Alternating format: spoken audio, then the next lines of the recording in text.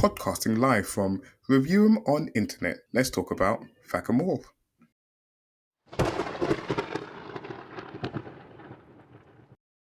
Hello everyone, welcome back. We are back, the Eye of the Stone podcast. So today we're going to be discussing or debating Fackham Hall. But before we get into that, you already know what time it is. Movie recommendation time. I had a really good week when it comes to movies. So the first movie I'm going to recommend is Silent Night, Deadly Night. Now let me tell you something about this. Firstly, I didn't even know it was a remake, so I'm going to actually go and watch the original to see how it compares. But I was so shocked about this film because I watched the trailer and the trailer did look average. But after watching the film, I can tell you right now this is not a typical slasher film. I don't know if it's considered a slasher because I tried to search the genre and it just said horror, but it felt like a slasher. There was a lot of blood and a lot of slicing. So, but yeah, this was just it wasn't a typical slasher film.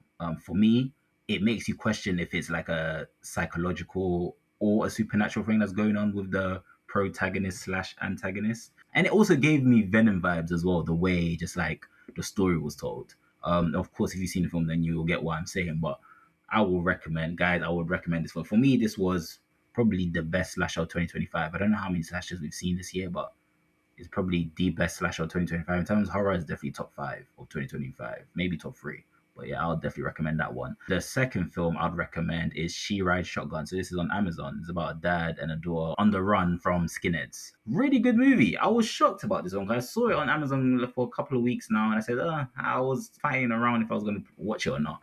Watched it, and really good. Good relationship dynamic performance between the father and the daughter. I was just engaged throughout the whole film, so I would definitely recommend you guys go and watch that one. I didn't kind of catch too much this week. I did finish Stranger Things Chapter 1, and it kind of goes back to the discussion that we had previously on this a few episodes back. And I guess I was like pretty wrong about the gap between seasons because I think this was like the top watch thing or like the most watched thing or something along those lines for Netflix ever. So clearly people were dying to go back to it. I think overall it was decent enough. It didn't have the same kind of like charm that the early seasons had. It didn't have the same magic, but I think it's, we're kind of wanting to see how it concludes. And I think that's the main draw here is that if you've been invested for a couple seasons now, you kind of just want to see how it ends as opposed to this being, something amazing. I think a lot of it's somewhat predictable. A lot of it's kind of predictable. You kind of know where things are going, how characters are like meeting up and things are playing out and stuff like that. So yeah, I wouldn't say they are doing anything spectacular, but it's good enough, and clearly people were still heavily invested in this enough to kind of flock back to it. And by chapter 1, you mean the first part of season 5 or season 1, or how does it work? So they're kind of releasing it in chapters. So interesting times to release it, actually. They released chapter 1 on Thanksgiving in America. Chapter 2 comes out on Christmas Day, and I don't know why they chose to do that. I guess people want to watch Stranger Things on that day. And I don't know if there's a chapter 3 at a later point, but I know chapter 2 is it's on Christmas Day, is when it's releasing. All right, yeah, so it's like the first third of season 5, right? Something like that? Yeah, exactly, yeah. Yeah, I'm trying to catch up by rewatching season 4, and it's a chore. By that point, they really ran out of steam. And I want to finish it just so I know the story, but it's hard to get excited about it, if I'm being honest. Like, it should be on paper one of those things that ticks all my boxes, but I don't know. By season 4, it's kind of straining the premise. I think I'll make it to the end of season 5, but right now it's not fun. It's definitely ran its course, and you're just kind of now waiting for it to reach the finish line. And it looks really nice, and it's really expensive and all of that. Like, it's movie quality, right? And just in terms of how it's shot. But I don't know, like, the story and the characters are not gripping me so far, but we'll see. All right, the best thing I watched this week is Midway, which is a 2019 war movie about the Battle of Midway, which was a big battle in the Pacific in World War II, which is kind of the point at which the US stopped playing catch up and started dominating the Pacific. It's the most expensive independent movie ever made at $100 million.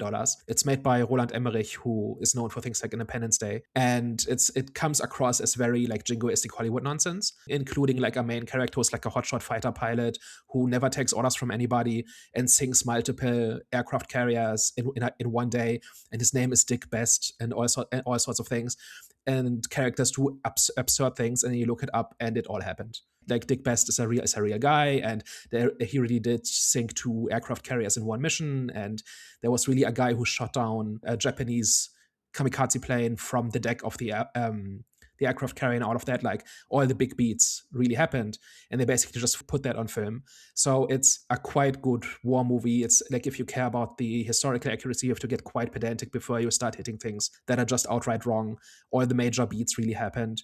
And it's kind of got this old school Hollywood feel of bit larger than life nonsense, except it's all historical, at least in the big picture. The ending fizzles out a little bit, and the characters are not the most fascinating. I think its biggest flaw is that it tries to cover everything from Pearl Harbor to Midway, which is about 2 years worth.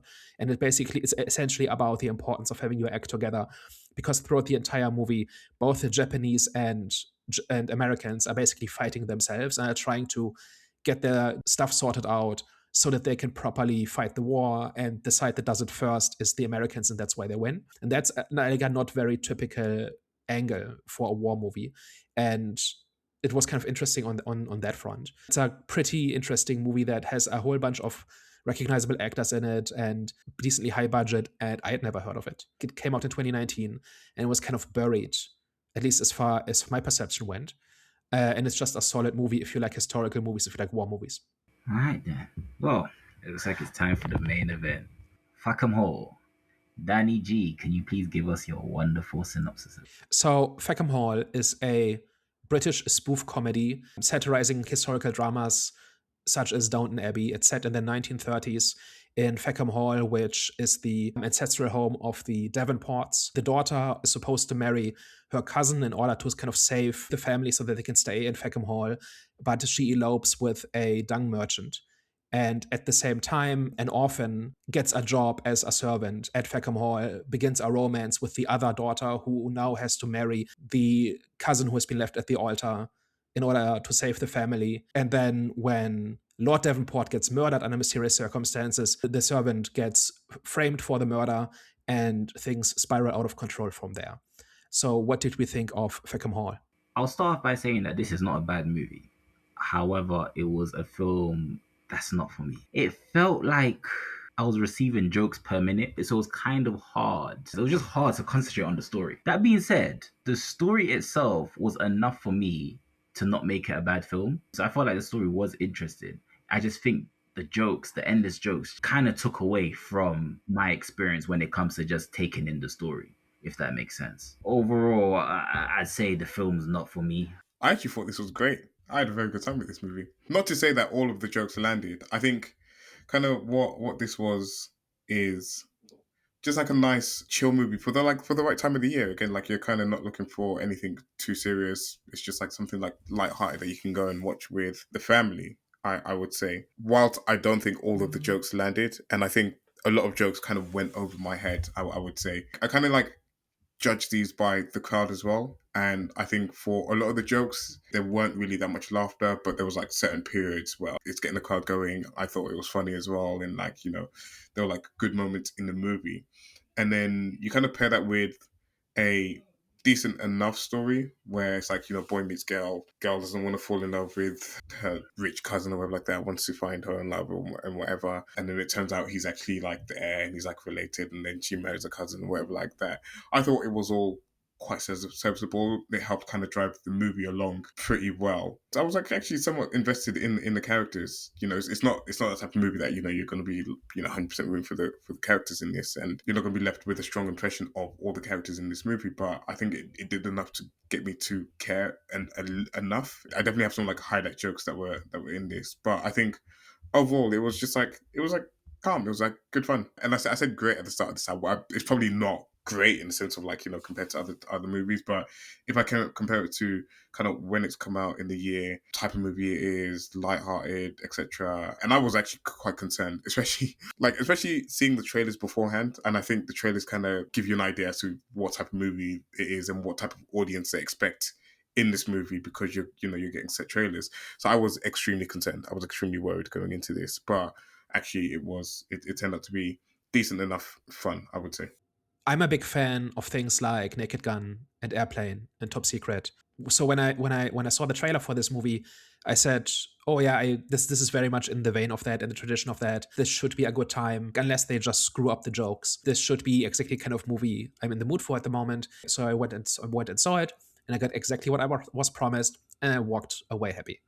That's essentially my reaction to the movie. I've kind of got two big observations about the movie. One of them is that I think a lot of the jokes are quite basic, and I kept wanting more, where there's a few really clever jokes in this, but most jokes are exactly what you think they're going to be. And even though there are a lot of them, I think a few more prestige jokes, in the sense of these are the ones that a lot of effort went into, I think could have benefited the movie. It's basically a steady trickle of fairly obvious jokes that almost all work. That's more of a good thing than it is a negative, but I felt walking away like, I'm sure you could have done a little bit more here. Secondly, I think this fixes a problem I've had with other spoof movies, which is that they either have no plot at all, or they don't get the balance of jokes and story right. And I think this one improves on that formula, where the story itself stands on its own, like it's nothing spectacular, but if you stripped out all the jokes, you would still have like a pretty typical period drama. And the jokes themselves are enough to fill up the 2 hours. They never run out of story. They never run out of jokes. If anything, it's a little bit exhausting, but it also means it never drags. It never loses momentum. And the story comes to a satisfying conclusion. And there's actually a joke in the ending, which is a problem I had with The Naked Gun this year, where the story just kind of ends because it has to end, but there isn't really a punchline to the story. And this one had, I thought. And so even though I don't think this is necessarily a better movie than the classic Naked Gun or Airplane or any of those, but I think it's a worthy entry in that genre or style of spoof comedy. And it certainly runs circles around like these like scary movie types that just have no story at all and that are just random jokes. And I think this movie shows that the jokes are funnier if we care about the characters, and the jokes are funnier if the story makes sense. And then the jokes are kind of the frosting on the story, right? So you have like the story is the cake and the jokes are the frosting, and you need the right ratio between them. And if you have only one or the other, the whole thing falls apart. That is something that this really demonstrates. I think that is why I walked away liking this movie so much. Let's talk about it. Okay, so the cool story revolved around Eric. Is it Nunn? Eric Nunn? No one. No. I actually thought they messed that one up, because it does not make any sense that he's actually called No One. Everybody should pronounce it Noon, because that sounds like a real English name. I thought. I don't know. Like I think it's not funnier if it's actually called No One. That's just my taste. How did you guys feel about his story being the core story of the film? I think it worked. I think like his story is pretty basic, pretty obvious. Like you know from the beginning what the letter is about, right? Like there's no real surprise there. But I think he's likable, as is Rose, and those two really hold the movie together. And if we didn't care about them at all, if they were just idiots bumbling their way through the movie or something like that, it would be not as funny. Like it's the reason why Leslie Nielsen had a career, is because the main character of a movie like this has to be serious and has to be likable, and the jokes have to come from something else. And I think that's what they did here. And I think both of their stories are basic but functional, and that holds the movie together.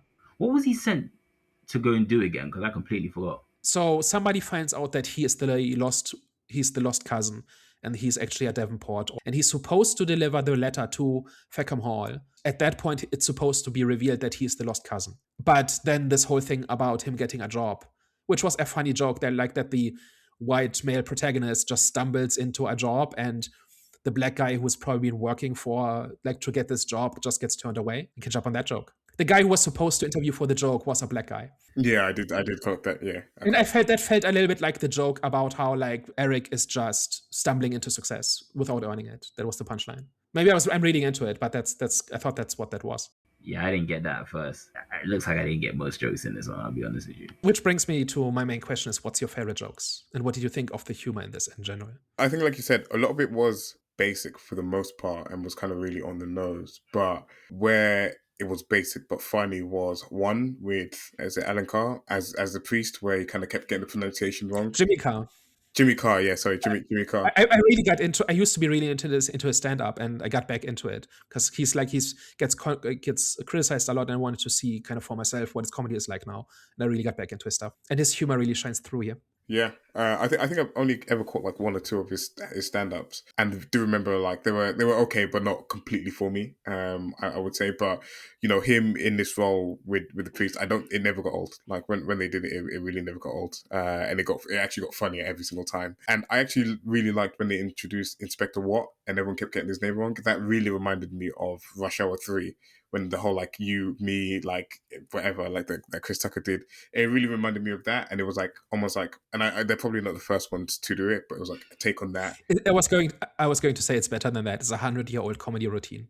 Oh, is there an older one? Yeah. If I'm not sure if it's 100 years old. I'm not sure when the first version was, but if you don't know it, look up the phrase "Who's on first." It's that joke. Oh, okay. Where like the idea is like it's like a baseball game, and the player is named Who, and Who is on first base.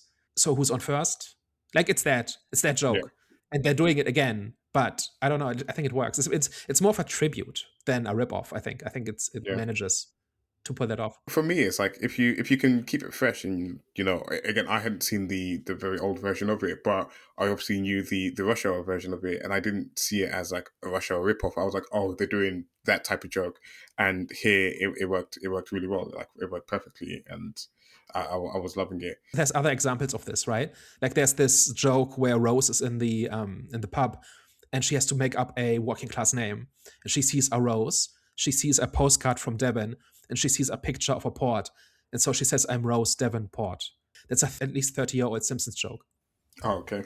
And that may not be the first version of that either. So this is like digging deep, like in terms of who it wants to rip off, and I'm there for it. And that's the thing, is that these things are effective and they work, and there's no harm in like iterating sort of stuff that has worked in the past, and using it in the right way in your movie. And I think the key thing for me in this anyways is that, like I was saying, is that not all of the joke completely worked for me, but what I liked is that the jokes never overstayed their welcome. It was like they kind of did it and pretty quickly moved past it. Nothing like really lingered too much, but I'm like, okay, you're like dragging this. And I think I've had examples of that in previous conversations that we've had. I can't remember exactly which movie it was where I kind of complained that the jokes went on for too long, but in this one it was get out with the jokes. And that's why I think when the jokes kind of were coming thick and fast and they weren't working, I was like, okay, it's fine, it's whatever. And then you get to like one that I actually enjoy, and I'm like, okay, this is funny. So it also doesn't repeat itself very much, right? It doesn't do the same joke 5 times. It does just about every type of joke you can think of, but it moves on, like you say, moves on very quickly, but it also doesn't repeat itself very much, which I think helps it too. And again, the one that I can actually remember was Jimmy Carr, his one repeating a few times, and it was like that one's fine because it's like it's almost like one every act. I think it was like not really like often, and there was enough space in between for it to be funny each time. He does the same kind of joke 3 or 4 times, which is he's dyslexic and he doesn't get punctuation. If you've not seen the movie, watch the trailer. He's in there, and they kind of spoil the joke, but it just keeps getting funnier and funnier. Before we move on, did you like I asked you before we started this? Did you catch the cannibalism joke?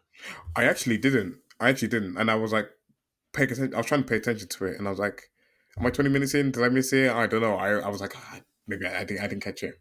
So Eric grew up in No Folks Orphanage, which is already funny. This is hilarious, right? No Folks sounds like a place in England, but it's a No Folks Orphanage, and there's posters all over the orphanage about their famous meat pies. So they're grinding up orphans and selling meat pies, baking them into meat pies and selling them. I'm sure I'm 100% that's what that was. It's hilarious. I'm sure it was. Especially since their motto is recycling orphans since 1871 or whatever it is. Oh, I see. Like on the sign it says that. Yeah. Okay. No, that makes sense. That all like lines up really well, actually. All right, Jonathan, I've stalled enough. What's your favorite joke? It's something where when you guys speak of it, and then I remember stuff. But to pull one off I'm saying, just to pull one from my head is like I can't remember. This movie just didn't really do. That's how you know.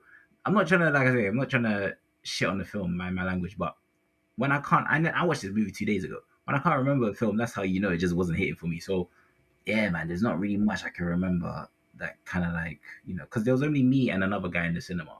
And he had a couple of giggles. I had a couple of giggles. I can't even remember why I giggled. I think that might actually be a big factor because I had like 20 people in my theater, and they were just laughing at everything. So that might have put me more in the mood, maybe. And I mean, I was already there for the type of humor, which maybe you weren't. And then I was in a crowd that was kind of helping along. I hear that, but I enjoyed Naked Gun. You know what I'm saying? And comedy for like spoof movies. I've watched like the scary movies and stuff. I really enjoyed them back in the day, but now, kind of, but not as much as before. So I'm not against spoof movies. If I was to watch like a comedy, I'd probably say those are like one of my go-tos. And like I said, I enjoyed Naked Gun. So with this one, I was a bit not shocked. I was a bit surprised that I didn't really enjoy this because I think just the jokes, like I said, it felt like I was receiving a joke per minute, and it kind of felt endless. And like you guys have mentioned, jokes that I didn't even clock on. So of course that contributes to my experience. But with the ones that I did clock on with, from it was just it was cool, but I didn't giggle as much. I didn't really laugh. So then when I'm receiving joke after joke after joke and I'm not really laughing, it's like, Lord have mercy. Like I want to see some story, man. That really surprises me because if you just don't like that type of humor, then that's fine. But if you like Naked Gun and this has the exact same type of humor or same kind of style, but it didn't work in this case, I'm just surprised because it doesn't seem to make sense. And then you say you want story, but this has more story and better story than any Naked Gun movie ever had, right? And which I'm sure we can get to as well. But like, there's story there. Like, even if you get none of the jokes or just miss them or they just don't land for you, there's a story here that holds the movie together, right? So for me, that was kind of one of the big pluses of the movie. I'm just curious, like, if you can think of a reason for why this is, I'd be curious.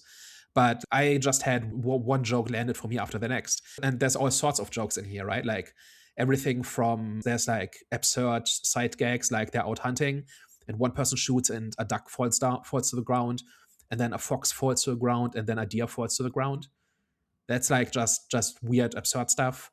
At one point, after Poppy leaves Archibald at the altar, they have a conversation about the future of the family, and Rose and Prudence, I think it is, talk about how Lord Davenport is so healthy and he will live forever, and in the background he's choking on a sausage roll and almost dies, and they pay no attention to him, right? So like that's that kind of humor.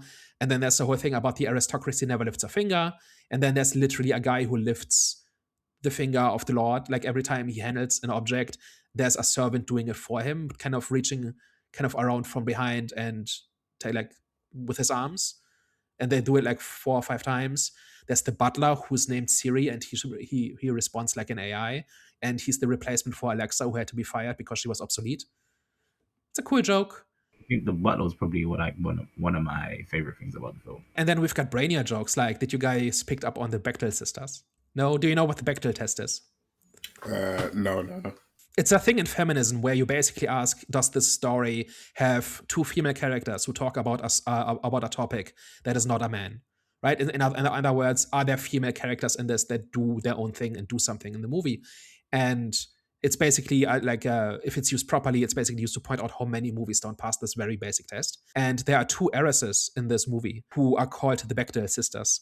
And they are in 3 scenes, and they fail the Bechdel test in every scene they're in. In the first scene, they talk about how their life has no meaning without a man, and about how their only goal in life is to get married. Second time, they're at the dinner, and one of the Bechdel sisters eats a very suggestively shaped piece of bread. It's just the most obscene thing in the entire movie. And then in the third one is after Poppy leaves Archibald, he says, I guess I'll just marry one of the Bechdel sisters, I don't care. And then one of the Bechdel sisters says, oh, a man noticed me and faints. So like that's the joke. Like if you know what the Bechdel test is, then you can see them fail it in every appearance they have. So that's one joke I quite liked. That's one I didn't know. And I think there's probably a lot more in there where you kind of have to know references. Because isn't this like a Downton Abbey spoof or whatever? So then there's probably stuff related to that in there. Like I don't know if you have any examples, but I was like conscious of it, and I was like, okay, there's probably going to be stuff there that I just maybe just don't get because I've never watched Downton Abbey or what it's based on. Or is it just like the whole thing being a spoof of that is part of like the one big joke? There's some parts that are funnier if you've seen Downton Abbey, I think. The one thing that really comes to mind is the servants are in the kitchen, and Rose comes in to get sugar for her tea or something, and everybody has to get up because that's the etiquette, right? And they have to keep standing until she leaves. And she basically says you don't have to get up every time. And then she keeps coming back 3 or 4 times, and each time like half of them get up and half remain seated, and then they sit down when she leaves, and then somebody else stands up, and it gets really chaotic. And that is really only funny if you've seen like these kinds of period pieces where the kind of this strict etiquette between the classes is kind of a big deal, because that's kind of how 1930s English aristocracy kind of did things. If you've seen those, like, they get quite absurd, just when they're played straight, and here that's kind of satirized. But I don't think there's much else that is like that. And to be fair, that one actually worked without knowing what it was satirizing and kind of the backstory behind it. Of course, you kind of know that, consciously, that, the whole like servants thing, and, there's like etiquette and there's like a way to like greet people. And that's even in African culture as well, where there's certain ways that you greet people. So I think that is somewhat spoofing Downton Abbey, but somewhat universal as well, so that everyone kind of understands what the joke is and part what the joke is. So yeah, I think that's why that one specifically still worked without knowing the Downton Abbey part. Yeah, and there's stuff like kind of the hierarchies among the servants, about how the senior staff kind of are very strict with the junior staff. And when Eric gets the job, he meets this hardline Mrs. McAllister, which is kind of like a stock character from these kinds of things, right? So it's stuff like that. But I don't think you have to have seen a lot of those shows to really get it. But if you have seen them, you can kind of see the nod a little bit. And in terms of favorite jokes, like there's also like small stuff, like first of all, the No Folks Orphanage, I think, is still funny. There's one thing like in the church, that thing where they display what hymns are going to be sung during that service. The sign says hymn 69 and then 707, and then somebody bumps against it, and then the 707 flips down and says lol, because 69 is funny. I thought it was funny. It's like a really small side gag. Can I tell you one that we've discussed previously that half worked and then half didn't? It's always like the poop and fart jokes that I always say is, the ones where I'm just like, this is like quite cheap humor, and actually always get to laugh in the cinema whenever they happen. But I thought the first part of it, where they were having a serious conversation and they're like, oh, no one needs to know, and then he's just in there and then the door's just like creaking and he's panicking. I thought that part was funny. The part where they're then having a serious conversation and he's just like pooing really loudly and he's like farting and all that stuff. I thought that part was like, okay, like, you kind of lost it a little bit here. But the first part of it was good. And then the second part, I'm like, okay, we're doing what we're doing before, and it just didn't work. Well, but that wasn't like the whole joke. There was this whole thing about how there's just something in the air, and it's J.R.R. Tolkien's farts. I'm okay with that. I like that joke. Everything about Tolkien itself was funny, like about how he just takes himself so seriously, and they ask if he's been published, and says no, but I've spent the last 15 years developing grammar for orcs, and he just keeps stealing ideas all over the place. Thought that was funny. Is that a thing where he was accused of stealing a bunch of stuff and it's kind of riffing on that? Not that, but this whole thing about he basically spent 20 years building the world for the Lord of the Rings, and then once he had developed like the Elven language, he said, okay, maybe I need a story for this. And that's where Lord of the Rings comes from. He was literally like an Oxford professor, just developing made-up languages for elves and orcs for 20 years. And that was his process for writing the Lord of the Rings, and that's what this is making fun of. Fair. I mean, props to him. Yeah, it worked out, right? But yeah, this whole thing, and he just keeps being inspired. Like one of the guys who helps Eric break out of the prison is called Bill Baggins, which is obvious. Like at that point, you knew what was coming, but it was still, yeah, I'm okay with this. Yeah, I thought they weren't my favorites, but they were okay. One of the things I kind of mentioned earlier a little bit is that I think there's a lot of good jokes in this, and they kind of, if you are up for this kind of humor, you will get what you paid for. But I felt as I was watching it and as I walked out of the theater, I thought a lot of it was a little bit not quite living up to its potential. There were a few jokes in here that were a little bit involved, but most of the jokes are kind of what you expect, right? And my core example of a joke that could have been developed a little bit is the Taylor Swift joke. Did you pick up on that? I might have missed that one. So Rose is getting married to Archibald, right? And Eric has discovered that he is the lost heir. And so he runs to the church and he makes a quick stop at the local tailor in order to get a suit. And he runs into the tailor, into the tailor's shop, and comes out immediately. And on the sign it says Taylor Swift, meaning he's a tailor who works really fast, because he's like comically fast. And I feel like that joke is a little bit too obvious. That should have been something like bespoke Taylor Swift plot conveniences are our speciality, or something like that, right? Where your brain has to make just a little bit of a leap to get to Taylor Swift. You know what I mean?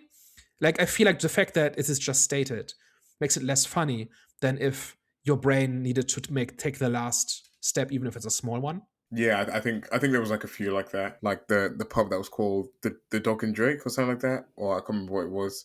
And then they Yeah, literally had a that was picture of funny. like Snoop Dogg and Drake. That actually just kind of caught me by surprise because they first said it, and I didn't even picture it because I didn't even picture that them kind of being related to the movie. And then I saw the picture and I was like, oh, okay, cool, that Yeah. worked. But again, that one was just kind of like just straight up in your face, and I think a lot of it is like that, where it's just like on the nose. But they also don't really do a close up and they'll make a big deal out of it, right? It's like, it's called the Dog and Drake, which could be a pub's name, right? Like lots of pubs, like it follows kind of the naming convention of pubs. But then there's like something in the background that has Snoop Dogg and Drake on it. I think it straddles that line just enough to not be too obvious. I'm actually glad that they put a lot of like Fackham Hall jokes in there as well, which I loved every single time, and it worked. It worked a treat in the movie, just because it's obvious and you kind of expect it, but they inserted it in an area where it just made sense, and it kind of worked with the character, with how the characters played off each other, where one's saying one thing and then the other is taking it another way, and it just it worked every single time.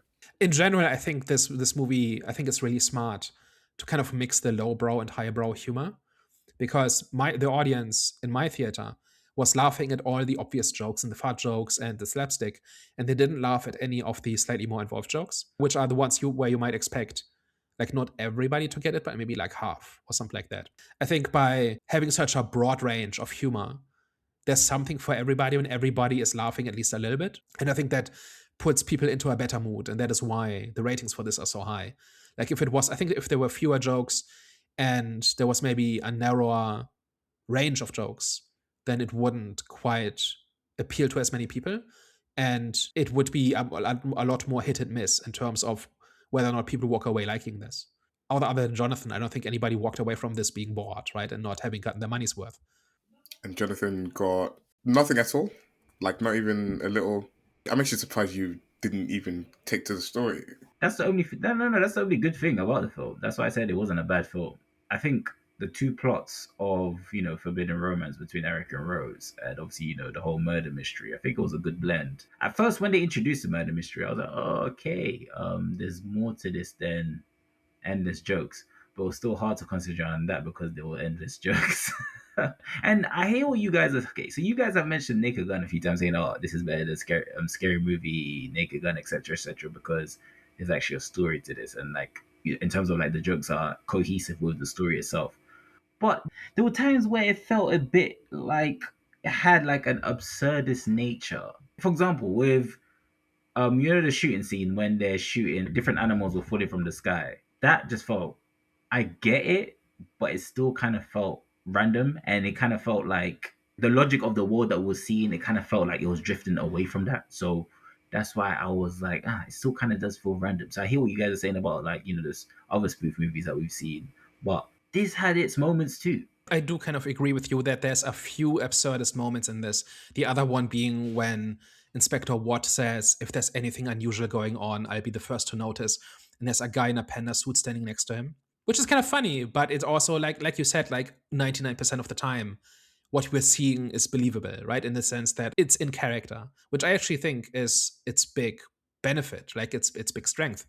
But yeah, there's at least two places where it's just outright surreal, just for the sake of a joke.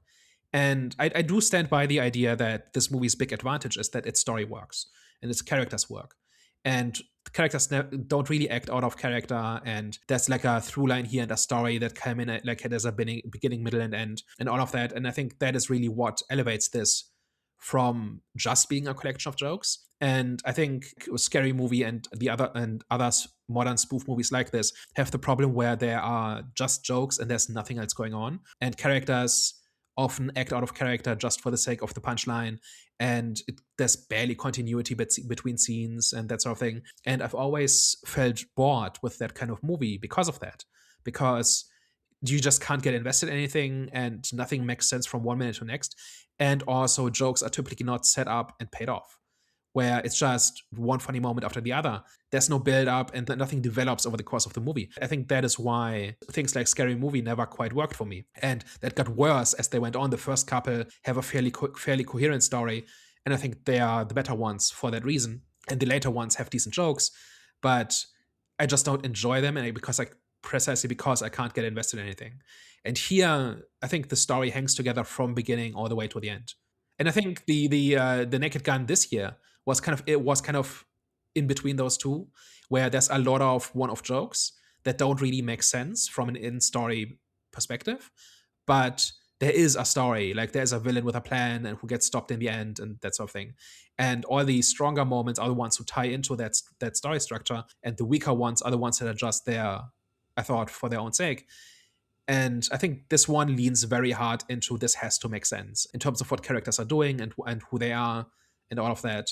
And like there's very little, I think, that outright doesn't pay off in some way, right? Like everything, like Poppy running off with the dung merchant and stuff like that. Like that's never reset. Like that keeps coming back, right? And stuff like that. With the points that you made about like Scary Movie and Naked Gun, well, with the Scary Movie, the story is kind of like already pre-established, so you already know what's going to happen. So when you say there's not a story there, what do you mean? So like the first 2 or 3 Scary Movies are very close to the movies they're spoofing, and they have a story that mostly makes sense from start to finish. And then once you go into the later Scary Movies and the other spoof movies in that way, in that vein, like I watched Epic Movie, I think, and I turned it off after like half an hour or 20 minutes because it was just incoherent nonsense. Even if some gags in there are kind of funny, nothing holds together, and there isn't a story and there aren't characters. Is what I'm saying. And this one goes far into the other direction, and I think that means as a movie it's much better. And even if a couple of jokes don't work for you, the story still continues, and you can try again with the next joke 20 seconds later. I do think this is why this movie works as well as it does. Like most of the jokes are not that great, but they kind of work and they're funny enough, and then they're over very quickly, and then you're on to the next one. And if something doesn't work for you for a while, there's still the story there. And then the story also ends with a punchline, which is after all of this, Rose still marries her cousin. This whole thing was about how she doesn't want to marry her cousin and how that's kind of repulsive and all of that. She doesn't just want to do that for the sake of her family. And then she runs off with the stable boy, essentially, who turns out to be her cousin. And then nobody remarks on it, right? Like it's everybody, like it's just a happy end, which I think is satirizing these kinds of history dramas, often trying to push the envelope in terms of portraying kind of the shortcomings of that era. But as a result, they become cliche very quickly. So, for instance, in Downton Abbey, the family that the story follows has 3 daughters, and each one of them breaks with tradition in some way. Like one marries an Irish communist, and the other one goes into business, and another one adopts a child from outside the aristocracy, which is a little bit more complicated. But point is, it's not just that somebody breaks with tradition, they all break with tradition. And by the 3rd time it happens, you're kind of just, okay, here we go again. So the thing that pushes the envelope once, if it's repeated enough time, becomes cliche. And here the cliche is that this woman from the aristocracy and the working class guy fall in love, and they want to run away, and they want to run away to Blackpool, which I thought was hilarious too. But then they turn out to be cousins anyway, and everybody's happy and everything kind of just works out. And in the end, marrying your cousin is what saves the day. I think that's funny. And then you couple that with the sister that tried to run away with the farmer guy as well, and that one just completely didn't work out for her. And I think he just like run away with her money essentially, or I think he gets bored with her and just dumps her. Yeah, she gets dumped by the manure merchant, which is funny too. When we talked about the Naked Gun, I kind of complained that the resolution of the conflict is not a joke. It's not. It doesn't have a punchline. It doesn't build up to something that is the punchline to kind of the idea of the joke, right? Or the idea of the movie. And here it is, right? Here, the entire thing is about identity and about these class differences and how you try to transcend them, but in the end, which is a statement about kind of not so much these movies, but about the audience of period pieces, right? Because ultimately they want to see pretty people in costumes in like these lavish mansions, but you get these plots about breaking traditions and transcending glass ceilings and all of that, because that's what makes the audience feel good about themselves. But ultimately they're tuning in for, seeing the aristocracy do their thing. That is what the movie is taking the piss out of, where it's saying, you say you want a story about true love and transcending class and all of that and breaking with tradition, but actually you're here to see the aristocracy do glamorous things. And so that's what we're going to give to you. and we're gonna sprinkle in some incest just because it's funny. I think that's what this movie is doing. I think it's hilarious. It's not that I don't agree with it, I just took it differently. So you don't think that's what the movie was doing by making Eric and Rose actually cousins, and by making it all about about the aristocracy and about how both sisters think they're breaking with tradition by falling in love with the working class guys, and then in one case it doesn't work out, in the other one he's a secret prince. That's what it's doing after you said it, and obviously you've given points to back up your claims. I'm like, yeah, okay, I can see that, but that's all I can say, because in terms of like what that does for me, it doesn't do much. The way that it was packaged, I just didn't resonate with it. It feels like, for you, Daniel, is it because it feels very systematic in terms of what you're saying? So is it for you, in terms of what I mean by that is like it ticks check boxes where you're like, okay, it's a good film because it does this. So the feeling of it doesn't really matter for you. It's more so the criteria. So on the one hand, I'm just into these kinds of comedies, and I think for like 20 plus years they've been done incorrectly, because Scary Movie kind of was successful and kind of hit a nerve, and then kept doing more and more of them, and they got worse and worse. And just as comedies, I think they're just poorly made, right? Like they have references in there that are immediately dated. In a lot of these movies, they made the movies just based on movie trailers so that they could come out quicker. First of all, that can't be a thoughtful satire, that can't be a detailed send up of anything. It has to be very surface level, and it has to be very disposable, because you're trying to kind of write the coattails of something better, right? Like superhero movie writes the coattails of Iron Man or whatever. So I'm not sure how that works out in the timing, but that's kind of what it is, right? And I think they are bad comedies and bad spoofs and bad movies because of that, because they're so disposable, they're so superficial, so not thought through, so much just based on lowest common denominator stuff like gross out humor and just pointing at people and laughing at them and that sort of thing. And this doesn't really do that, right? Like unlike Hervey, I'm a big defender of the fart joke, where I think a well-constructed fart joke is a beautiful thing, but it needs to, it requires a little bit of craft and finesse and thought. And I think that's true about comedy in general, where you can't just be wacky. Like one example is there's barely any funny looking characters in this. Everybody is very serious, looks like they could really be out of a movie like a show like Downton Abbey or something similar. They hired a lot of the same people. The set designers worked on Downton Abbey, so they got all the little details about like the dinner scenes and that sort of thing right, and the costumes and all of that. That kind of care and thought and effort that goes into this movie that doesn't go into something like superhero movie or epic movie, for instance. And that is why I think it's a better movie and has more staying power, and that is why I want to see this one again. And that is why I don't want to see Scary Movie again. Or like first Scary Movie is kind of borderline, but like the later ones, right? I just actively don't want to see them. And I think this is a whole lot smarter, and a whole lot more effort went into making it. And that's what makes it a better movie. In addition to that, it promised me a certain type of movie, because it goes back to the Zaz movies like Naked Gun and Top Secret and all of that, that are kind of like, there's a reason why Airplane is on the list as well. There's a reason why Airplane is the classic that we made a video about last year, because it actually has stood the test of time. And that's why we're not making one about epic movie, right? Like, what's to say about epic movie? First of all, it goes back to what's widely regarded as the gold standard of the genre, and it's well done, and it delivers on what it promises.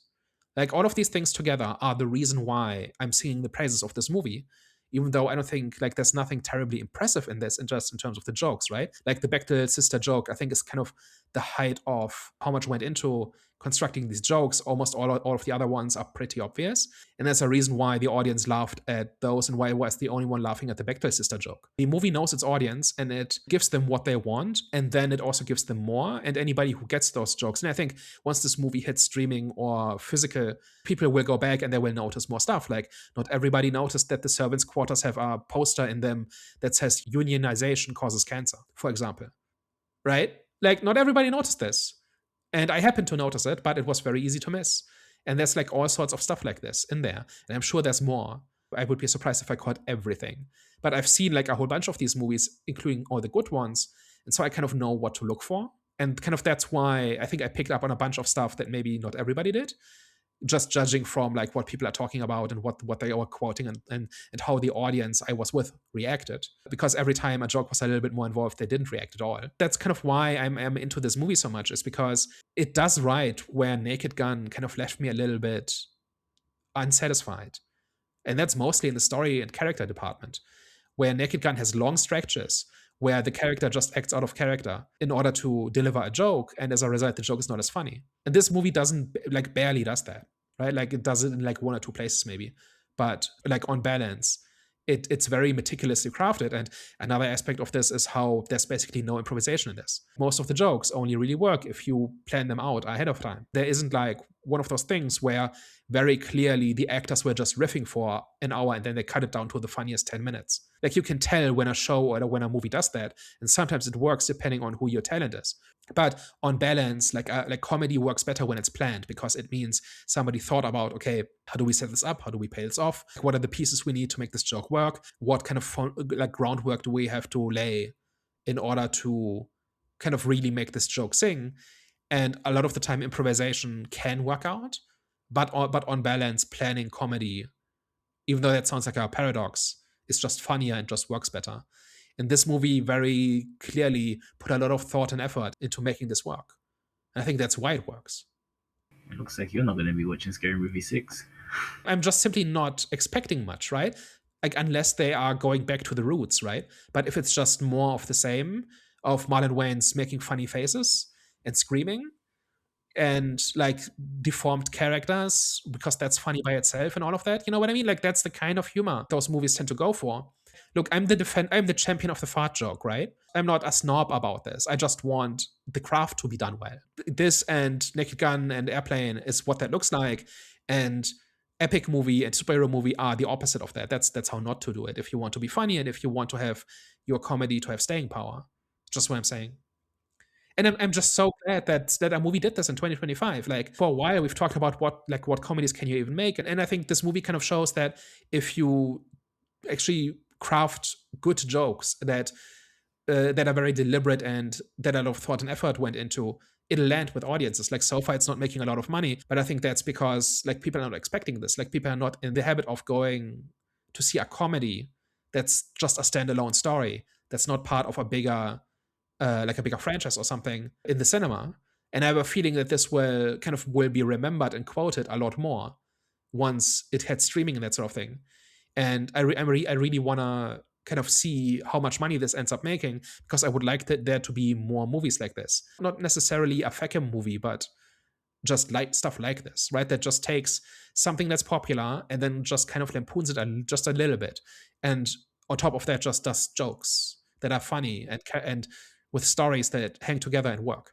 First of all, I enjoyed watching this movie, and it gave me the kind of experience I wanted.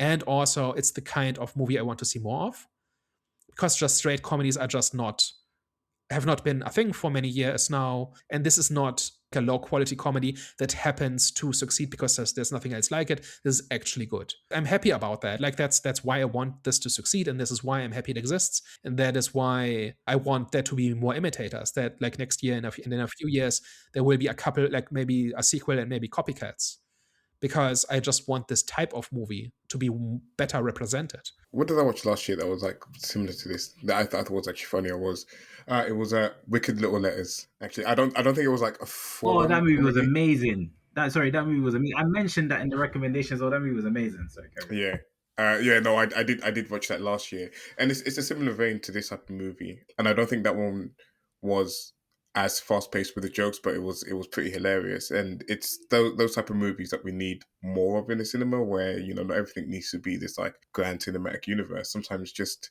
feel good movies in the cinema where you can kind of go in, and this is again inoffensive with its time. It's about like an hour and 37 minutes runtime, so you kind of go in, have a few laughs with some friends or some family, which I saw a lot of like families there, or like girlfriends, boyfriends, and stuff like that. It's just like a fun little day out at the cinema on a weekend where you probably don't have much else to do. Especially again, like I keep mentioning, time of year as well. It's like when people are kind of coming together. It's Christmas, family time, etc. So you're spending a little bit more time, and it's like, okay, what can we get out and do together? If you don't know the two overcrowded Christmas market, you can be like, oh, there's this like, fun little movie that you can go and see. And again, it's not the Avatars, and of course, Avatar's going to pull in all the money, but this is one that, like Daniel was mentioning, is that you'll watch it and there'll be like, things that you pick out, someone else might pick out something different, and you can compare jokes.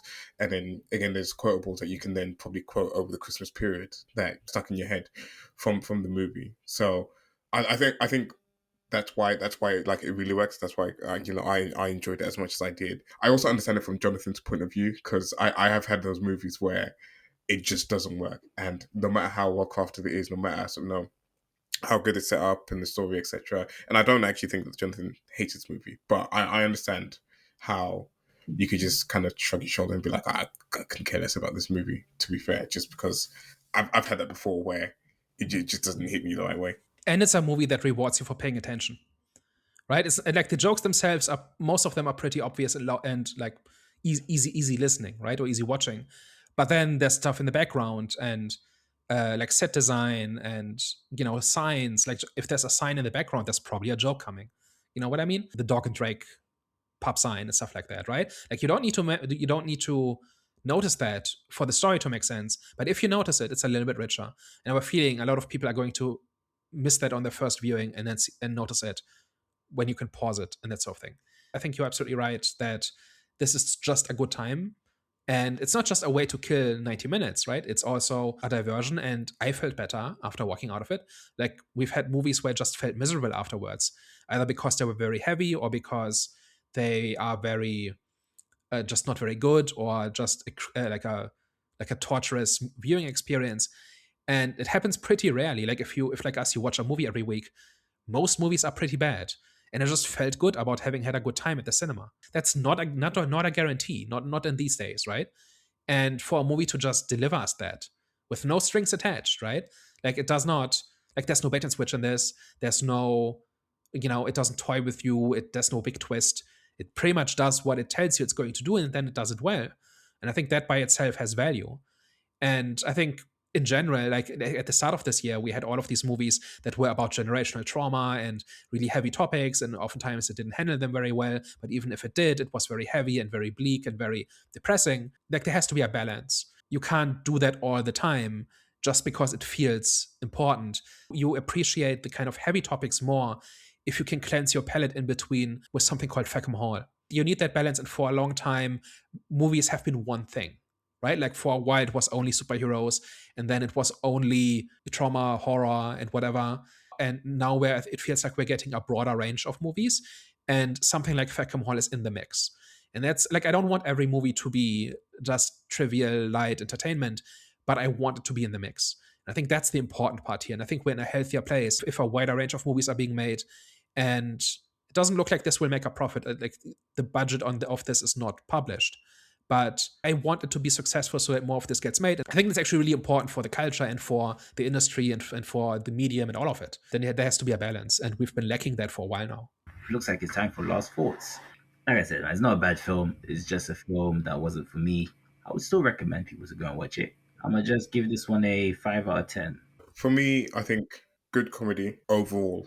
Again, like I said at the start, not everything worked. But actually, do you know what's so funny? Is like as we were kind of discussing it, and as I was like thinking back to a few of the things, I was actually like, I think a lot of it worked more than I thought it did initially. And I think the other thing is, it's not a like, laugh out loud movie for the most part. And it's not like, one that you're going to chuckle, but it's like, for me anyways, with comedy, even when I'm like watching stand up, it's like, I find the humor in it. And it's like, I'm not like a laugh out loud person. And a lot of it was like, oh yeah, cool. That was nice. And you kind of like nod to it and you kind of appreciate the joke is how I normally react to these things. So for the most part, I would say, again, when you're firing off 100 jokes a minute, it's the hit rate that matters, and the hit rate on this was more successful than not. And then you just kind of couple that with a very good story. And I know Daniel said that he kind of caught the twist from the very beginning, but I was actually pleasantly surprised when it turned out that he was the long lost son or of someone, and he ended up being a cousin. I think after a while you kind of see it coming, but as it happened, I was like, okay, cool, that was like a nice little twist. But again, it's like it's a trope that we've seen play out, and it feeds into the final joke of this movie. I think overall, a good time at the cinema. Sometimes very rare to come by, especially someone like me. I was kind of going into this thinking, okay, here we go again. This is going to be a bit of a drag. It's going to be a bit of a tough watch. And came up pleasantly surprised and actually was like, yeah, had fun. Glad I actually watched that one.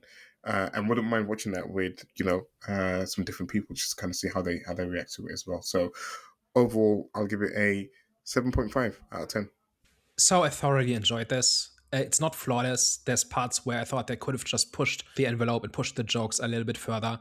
But overall, this delivers what it promises. It gave me exactly the kind of experience I wanted. And I actually looked forward to this movie. Like I think I saw this on a Saturday. I think I found out about it on a Wednesday. And for 3 days, I was looking forward to something, which sounds weird, but does not happen much with movies, where the dominant experience I have with movies, or the dominant emotion, is dread.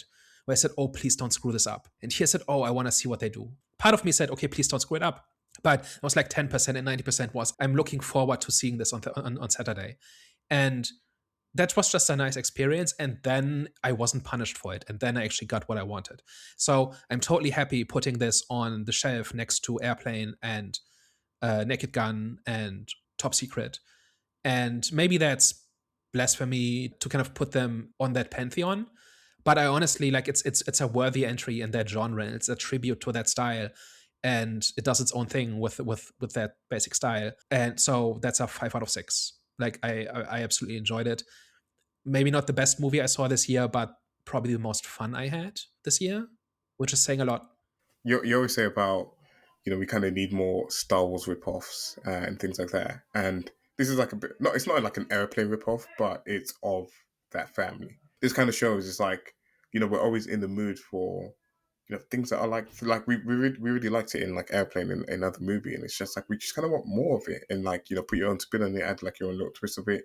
This is like more of a Downton Abbey spoof compared to sort of what Airplane was. And it just worked.